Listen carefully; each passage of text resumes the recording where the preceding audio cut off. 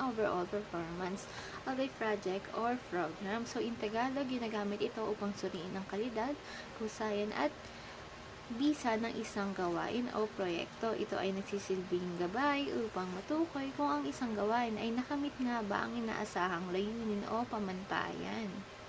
So, inside the evaluation criteria, meron ditong 4 included things. Yun yung content accuracy, organization, creativity, and clarity. So, first tayo sa content accuracy. So, ano nga ba ang content accuracy? So, sabi dito sa PPT, content accuracy is whether the work includes correct and complete information.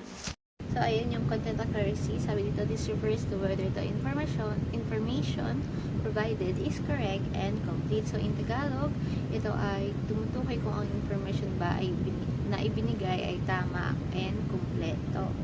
Second is organization. So, how well the work is structured and organized. And third is creativity. So, how original or innovative the work is. And last is yung clarity or how clearly ideas are communicated.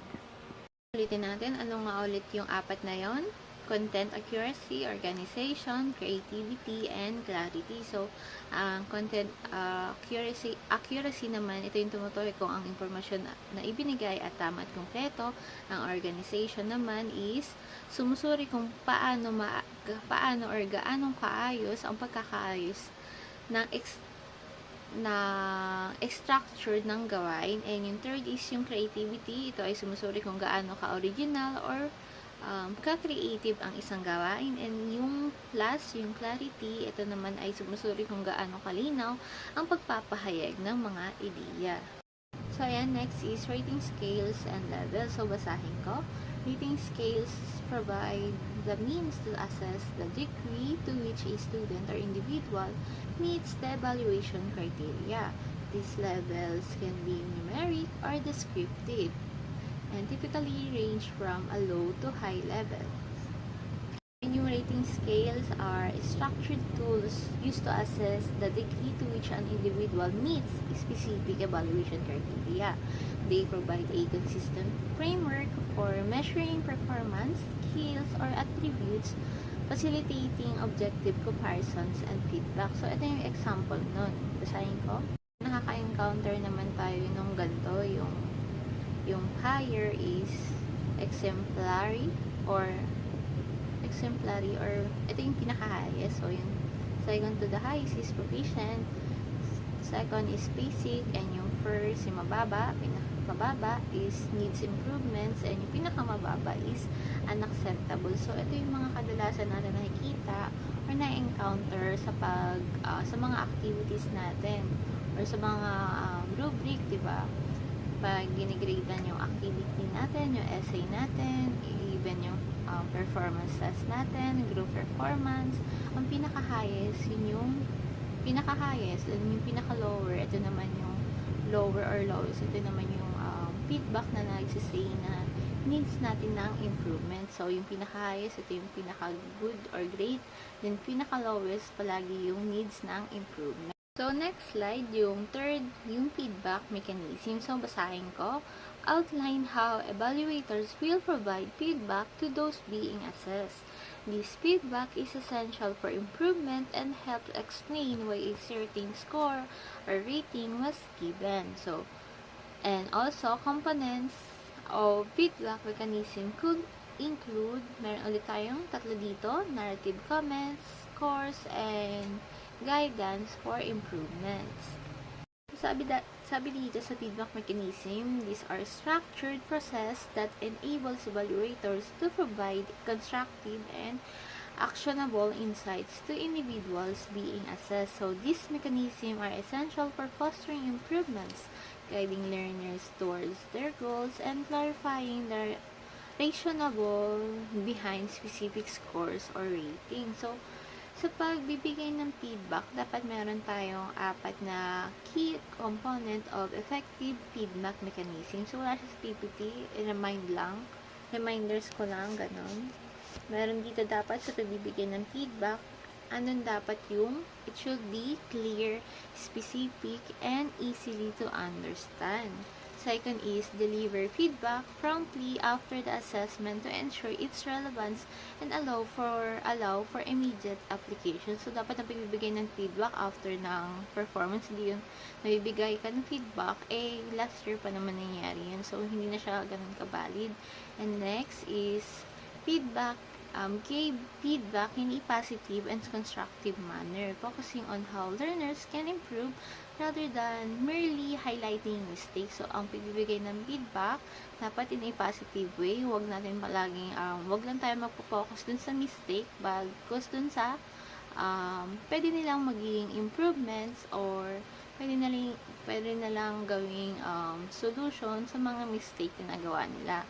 And lastly, sa pagbibigay ng feedback, it should be specific and actionable for recommendation or steps for improvement. So, dapat ang pagbibigay ng feedback, anong palagi yung word na improvement. So, explain ko naman yung tatlo na nandito sa PPT. Yung key components na sinabi ko lang kanina is parang reminders lang sa atin kung paano ba ang effective ng pagbibigay ng feedback. So, ayan, basahin ko. First, dito basahin ko. Number 1 is the narrative comments. So, sabi dito, personalized explanation of strengths and areas for improvement for each criteria. Second is the scores, assigning numerical values or descriptive feedback to specific section of the work. And last is yung guidance for improvement, specific advice on how to improve performance or work quality moving forward. So, ayan yung tatlo ulit. Ano ulit yung tatlo? Narrative comments, scores, and guidance for improvement. Narrative comments, ito yung personalized statements that highlight an individual's strengths and areas for improvement. And yung scores naman is yung numerical or descriptive values assigned to specific section of work to quantify performance. And last, yung guidance for improvement. So, this provides a specific advice or step on how to enhance performance or work quality in the future. It also focuses on actionable recommendation to foster growth and development. So, combining narrative comments, scores, and guidance for improvements offer a comprehensive approach to performance evaluation. So, it ensures that individuals receive clear feedback, understand their strengths and areas for growth, and are equipped with actionable steps to enhance their performance. So, andito na tayo sa benefits of using the rubrics. Now, we will talk about result 1. So, first, we have quality assurance. So, a rubric helps ensure that the course, content, delivery, and assessment methods meet consistent standard by aligning the evaluation criteria with clear learning objectives. Instructor can be confident that their teaching meets academic quality standards. So, next, we have consistency and evaluation. So, we have objective grading. A rubric provides a clear set of criteria for evaluation, reducing subjectivity in grading and ensuring that all students are assessed on the same standards. Also, we have fair and transparent. So, students can clearly see the expectation, which leads to fair and more consistent grading across the course. So, andito na tayo sa benefits of using the rubric. So, yung pangatlo is clear feedback for instructor. So, meron tayo ditong targeted improvement. So, sabi dito sa PPT, basahin ko, by using the rubric, instructors can easily identify areas where students are excelling or struggling. So, this allows for targeted intervention such as offering additional resources or adjusting teaching strategies. So, ayun, ang sabi naman dito sa targeted improvement, ito yung rubrics that nag-help sa instructor to identify specific areas where students excel or need improvement. So by clearly outlining criteria, instructors can provide focused feedback and intervention, such as offering additional resources or adjusting teaching strategies to address learning gaps. Next is yung number 4, enhanced learning or learner outcomes. Basahin ko yung guided learning. Clear expectations outlined in the rubric helps students understand what is required to succeed, which foster motivation and helps them focus on key areas for improvement. And yung pangalawa, next is yung improved performance. So, students are more likely to meet learning objectives when they understand the specific criteria for success, leading to a higher overall achievement and better learner outcomes. So, balikan natin yung dalawa. Refresh ko lang. Yung guided learning, ito yung rubrics na nag-provide to students with clear expectations, helping them to understand what is required to succeed. This clarity foster motivation and enable students to focus on key areas for improvements and enhancing their learning experience. And yung sa improved performance naman, this is when students comprehend the specific criteria for success, they are more likely to meet learning objectives. This leads to a higher overall achievements and better learner outcome, as students can align their efforts with the established standards. So, ayan. So, overall rubric serves as a valuable tools that benefits both instructor and learners by providing clear expectation, facilitating targeted intervention, and guiding students toward improved performance and achievement. So, for conclusion, in summary, a well-designed rubric is an essential tool for effective course evaluation and continuous improvement. It serves as a clear framework for both instructor and students, outlining expectations, standards, and assessment criteria by ensuring consistency and evaluation, providing clear and actionable feedback, and alignment assessment with learning objectives. Rubrics help maintain high-quality educational experience. Also, for instructors, rubrics streamline grading, promote fairness, and offer valuable insights into where the courses can be enhanced. Also, for students, rubrics provide transparency, guiding them towards academic success and empowering them to focus on areas that needs improvements.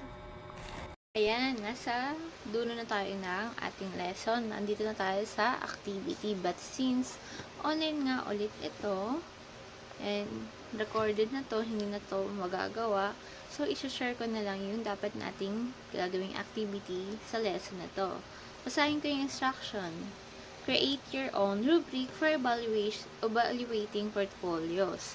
Justify your criteria. So, di ba, ang ating topic is about rubric and criteria. And dito sa activity na to, makikita if yung ating lesson ba ay maa-apply nyo in your designing your own rubrics for evaluating portfolio. So, yun lang naman yung activity natin na gagawin natin dapat sa yellow pad within 5 to 10 minutes.